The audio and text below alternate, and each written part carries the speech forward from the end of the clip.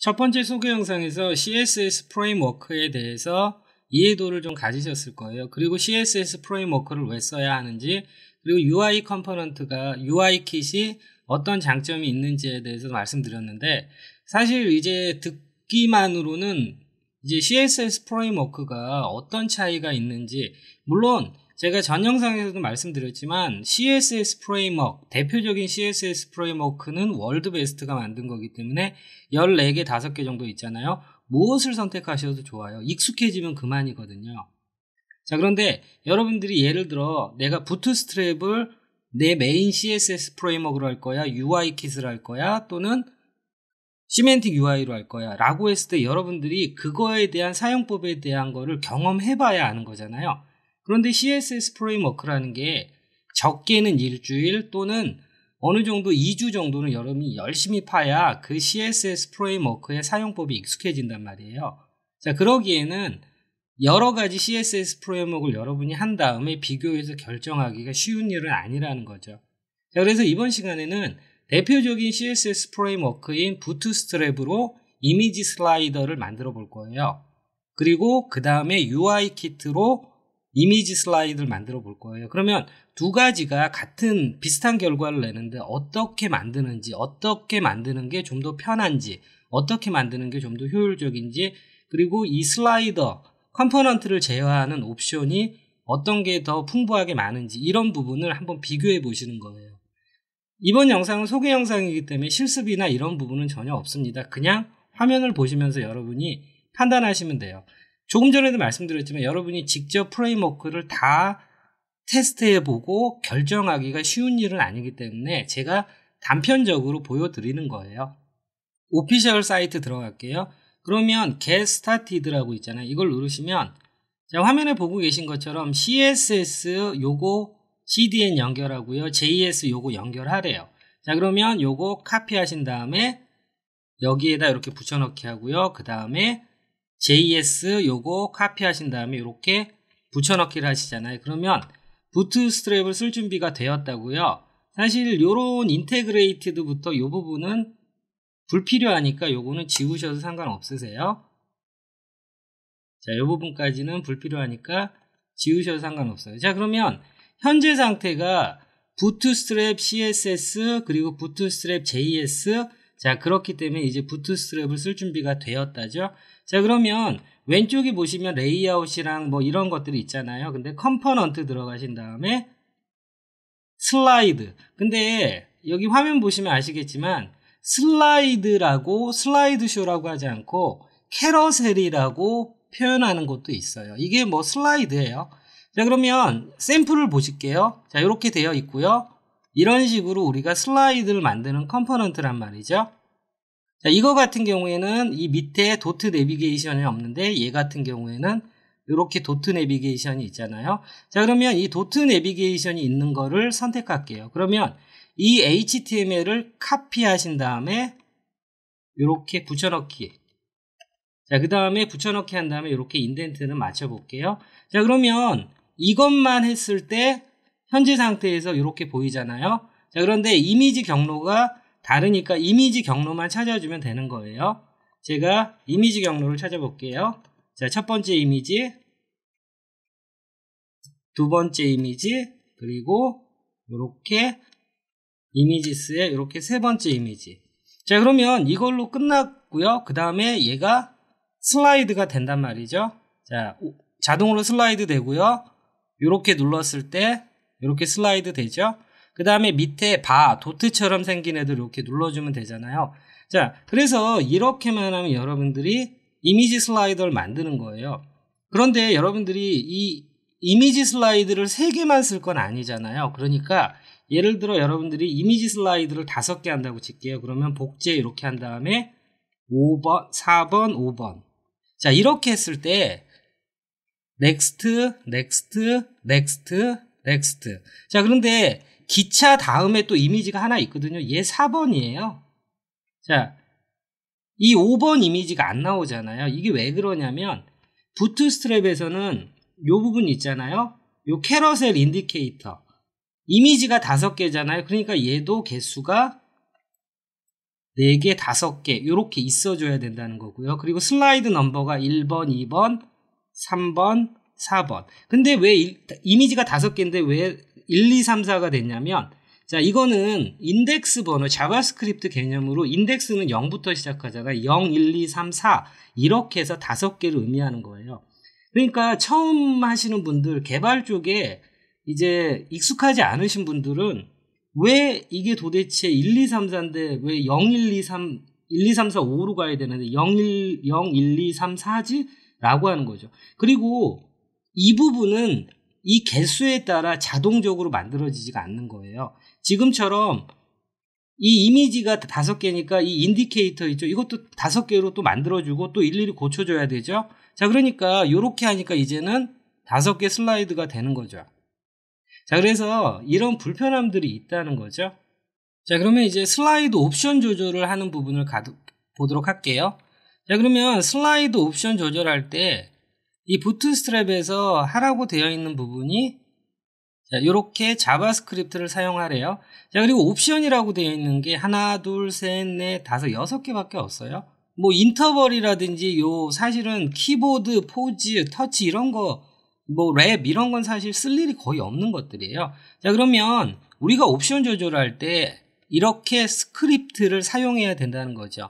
자, 그래서 제가 첫 번째 소개 영상에서 스크립트를 매번 사용해서 이렇게 옵션 조절을 해줘야 되는 게 불편하기도 하고 익숙하지 않기 때문에 실수를 많이 한다는 거죠. 자, 그리고 마이 캐러셀이라고 되어 있잖아요. 요 아이디랑 요거랑 똑같이 맞춰줘야 돼요. 이거는 뭐 UI 키트도 마찬가지입니다. 아이디를 맞춰주는 작업은 똑같아요. 자, 그런데 UI 킷은 이런 스크립트를 사용하지 않아요. 자, 그럼 사용할 수도 있지만 사용하지 않고도 다 되는 거죠. 자, 그러면 보시면은 이제 인터벌을 2초로 돼 있어요. 그러니까 이미지가 머무는 게 2초인 거죠. 그래서 제가 이렇게 500으로 해볼게요. 그러면 좀 더 빨리 되죠?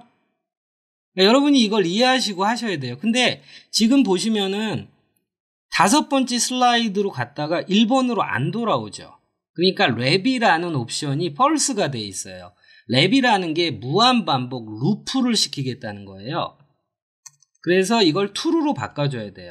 자, 근데 보시면은 2번째, 3번째, 4번째, 5번째, 다시 첫 번째로 돌아가잖아요. 근데 랩이라는 옵션이 사실 이게 무한반복인지 제가 어떻게 하냐면 랩이라고 이렇게 검색하시면 랩이 true로 하면은 이거 읽어보시면 무한반복 시킨다는 거예요. 그런데 저는 조금 아쉬운 거는 랩이라는 단어가 아니라 루프라는 단어를 쓰는 게 직관적이잖아요. 근데 이게 이해하기가 어렵단 말이죠. 그러니까 저같이 경험이 많은 사람들은 이렇게 찾아봐서 이게 무한반복 시키는 거구나. 그러니까 이 자바스크립트 옵션에서 false로 되어 있는 애를 true로 바꾸면 되는구나 라고 하지만 처음 하시는 분들, 익숙하지 않으신 분들은 이걸 찾아낸다는 게 이제 어디서 배우지 않으면 쉬운 일이 아닌 거죠.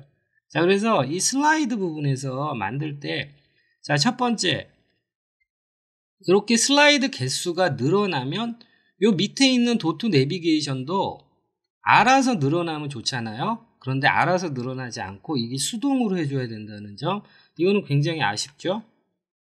자, 그리고 옵션 조절을 할 때 이렇게 jQuery로 되어 있는 부분을 만들어 줘야 되는 거죠. 그러면 이번에는 UI 키트로 해서 슬라이드 쇼를 만들도록 할게요. 자, 그러면 UI 키트 홈페이지 들어가면 Get Started 있죠. 자, 그래서 제가 첫 영상에서도 말씀드렸지만 CSS 프레임워크 여러분이 하나를 완전히 익숙하게 잘하잖아요. 그러면 다른 것도 이게 이렇구나 라고 해서 굉장히 쉽게 이해할 수 있어요. 자, 인스톨레이션 가시면은 요렇게 동작을 시키는 CSS랑 JS 파일이 있죠. 요거 이렇게 붙여넣기 하는 거죠. 자, 그러면 방금 전에 부트스트랩 할 때랑 뭐 똑같습니다. 뭐 이거를 모아놨느냐 안 모아놨느냐의 차이인 거죠. 자, 그래서 UIKit 같은 게 이렇게 모아놨고요. 아이콘 파일 같은 게, 아이콘은 우리가 안 쓸 거니까 이렇게 하시면 방금 전에 부트스트랩에서 이렇게 해서 쓸 준비가 되었다 예요. 그래서 이제 UIKit CDN을 이렇게 연결하는 작업은 부트스트랩 때랑 똑같잖아요. 그러면 이렇게 보시면 컴포넌트들이 여러 개 있잖아요. 여기에서 슬라이드 쇼를 선택할게요. 슬라이드 쇼. 자, 그러면 이 슬라이드 쇼는 부트스트랩에서 캐러셀이라고 부트스트랩 어딨죠? 캐러셀이라고 되어 있는 거 있죠? 캐러셀이라고 되어 있는 거랑 동일한 거예요. 근데 이름을 얘는 캐러셀이라는 이름을 붙여서 쓰는 거고 UI킷은 뭐 굉장히 직관적이에요. 모든 것들이 컴포넌트 이름도. 자, 그래서 이런 슬라이드를 쓴다는 거죠. 자, 그러면 똑같이 이 도트가 있는 형태의 가져와 볼게요. 자, 이렇게 돼 있는 거 있잖아요. 그래서 이 마크업을 이렇게 드래그해서 복사해도 되지만 역시 이걸 누르면 복사가 됩니다. 복사했어요. 자, 그 다음에 여기에다가 이렇게 붙여넣기 하고요. 인덴트 맞춰볼게요. 자, 인덴트 맞췄어요. 자, 그리고 이미지 경로가 없으니까 이미지를 찾아줄게요. 자, 지금은 우리가 부트스트랩 했던 작업이랑 똑같네? 라고 생각하실 거예요. 맞습니다. 똑같아요. 자, 그래서 2번 그리고 3번. 자, 됐죠? 그러면 이게 끝난 거죠? 슬라이드가 이제 끝난 거예요. 자, 그런데 여러분들 이제 부트스트랩 보시면 지금 보시면은 나는 이렇게 오른쪽에서 왼쪽 슬라이드 말고 페이드라든지 뭐 이렇게 밀어내는 거 이렇게 애니메이션 효과를 좀 주고 싶은데 주는 방법이 없죠? 뭐 제가 모르는 걸 수도 있고요. 자, 그런데 UI킷 같은 경우에 이제 옵션을 살펴볼게요. 이제 이렇게 보시면 애니메이션 옵션이 있어요. 자, 이렇게 애니메이션 옵션에서 슬라이드, 페이드, 스케일, 풀, 푸시 이렇게 5개 쓸 수 있다고 되어 있어요. 자, 그리고 이 부분 읽어보시면은 이제 물론 강의에서 사용하는 방법 굉장히 자세히 말씀드릴 거고요. 그 다음에 사용법을 익히고 나면 실전 예제도 만들 거예요. 지금은 뭐 그냥 소개 영상이니까 그냥 빠르게 보도록 할게요. 자, 그러면 애니메이션 푸시라고 되어 있잖아요. 그러면 슬라이드로 바꿔볼게요. 그러면 얘가 이렇게 슬라이드 되는 거죠. 자, 그리고 이게 지금 인터벌이 7초로 잡혀 있어요. 인터벌이 7초로 잡혀 있는 건 어디서 알 수 있냐면 UIKit 컴포넌트는 지금 화면에 보시는 것처럼 이렇게 옵션들이 굉장히 많아요. 그래서 오토 인터벌이라고 되어 있는 부분이 머무는 인터벌이에요. 그러니까 좀 전에 부트스트랩에서 할 때 요 인터벌과 같은 옵션인 거죠. 자, 그래서 기다리기가 너무 오래 걸리니까 이렇게 해서 인터벌 제가 2초로 이렇게 줄게요. 자, 그리고 지금 옵션 조절하는데 자바스크립트 쪽으로 안 가죠. 스크립트 안 쓰죠. 지금 요 안에서 CSS의 속성값 형태로 이렇게 넣어주면 되는 거죠. 아, 제가 깜빡했네요. 저 오토플레이라는 옵션을 넣어줘야 되겠죠. 마냥 기다리고 있었네요. 자, 그러면 이제 UIKit 같은 경우에 이런 옵션 하나하나에 대해서도 굉장히 설명을 자세히 하고 있어요. 슬라이드 쇼에서 오토플레이 할 때는 이렇게 오토플레이 true라고 넣어주래요. 자, 그러면 오토플레이 true를 우리가 CSS 하는 것처럼 CSS 하나의 속성과 값이 끝나면 세미콜론으로 구분하죠. 자, 이렇게 해줄게요. 그러면 얘가 이제 오토플레이가 되는 거죠. 2초 간격으로 이렇게 오토플레이가 되죠. 우리가 방금 전에 부트스트랩에서는 이 이미지의 개수를 5개로 늘렸을 때 얘네들을 요 도트 내비게이션을 수동으로 늘려줬었어야 돼요. 그 다음에 숫자도 바꿔줬어야 되죠. 그러면 UIKit 같은 경우는 어떻게 되나 볼게요. 4, 5. 그래서 4개, 5개 이렇게 바꿨어요. 그러면 얘네들 이미지 슬라이드의 개수가 늘어나면 얘네들이 자동으로 늘어나게끔 여기에 프로그래밍이 돼 있어요. 그래서 이 UL 밑에 LI가 자동 생성되는 거예요. 이 개수에 맞춰서. 자, 이렇게 되죠. 그리고 옵션이 이것뿐만 아니라 이제 비율 옵션도 있고요. 그리고 민, 맥스, 미나이트 옵션, 그리고 내비게이션도 어떻게 할지에 대한 거, 그리고 내비게이션 안쪽으로 넣을지 바깥쪽으로 넣을지, 그리고 콘텐트 이렇게 텍스트 콘텐트 오버레이 넣는 거, 그리고 트랜지션 옵션들도 있고요. 자, 이거 볼게요. 자, 이런 식으로 내용이 트랜지션이 돼서 밑에서 위로 오른쪽에서 왼쪽 이런 거를 우리가 조절할 수 있는 거죠. 여러 가지 옵션들이 있어요. 그리고 특히나 이런 거 있죠. 자, 현재 슬라이드가 돌아가고 있는데 제가 마우스로 올려볼게요.